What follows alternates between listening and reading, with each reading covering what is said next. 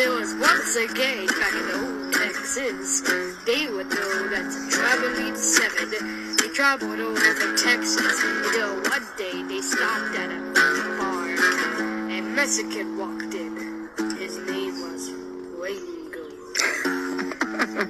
He asked them, will you help these people? They try to get to California and they don't know how to fend from themselves. And the Traveling Seven gang leader, known as Kill Johnson, asked them why they couldn't defend themselves. He ended up telling them that they came from New York, traveled by train, and now they don't know how to fend for themselves. They grew tired of Texas and decided to travel with them. They hopped on their horses, the people hopped on their wagons. They traveled west. Through harsh winters and through harsh summers, until one day,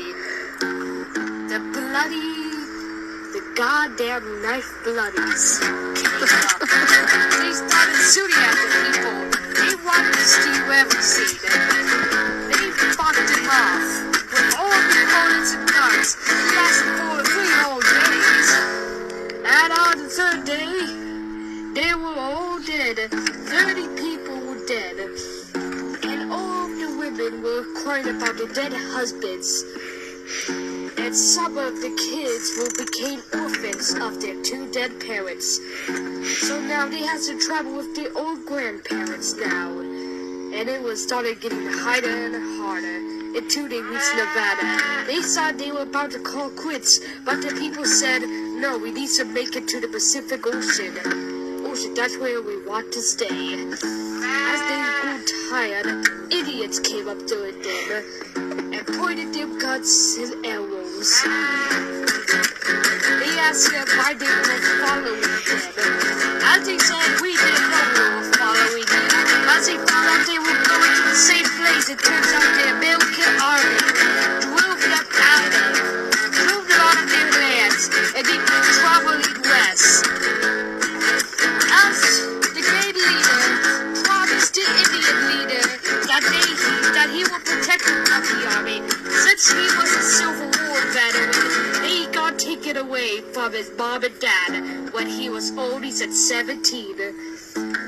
Luckily, he killed his commander, general, and decided to never talk about the Civil War again.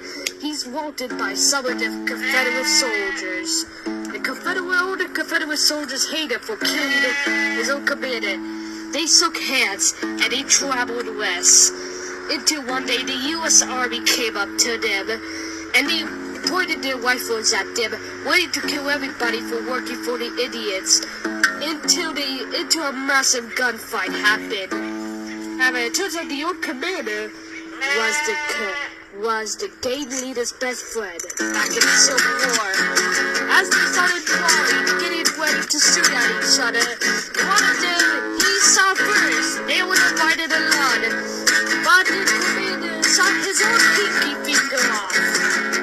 As he walked towards him and apologized to his old friend, they traveled west, and he finally reached the ocean. They knew that they could finally rest. As that's the story of the Traveling Seven.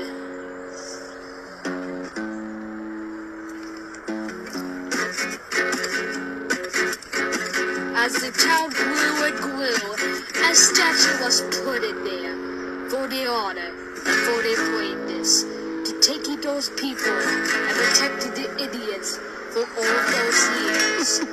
The statue still stands today near the Pacific Ocean on the town of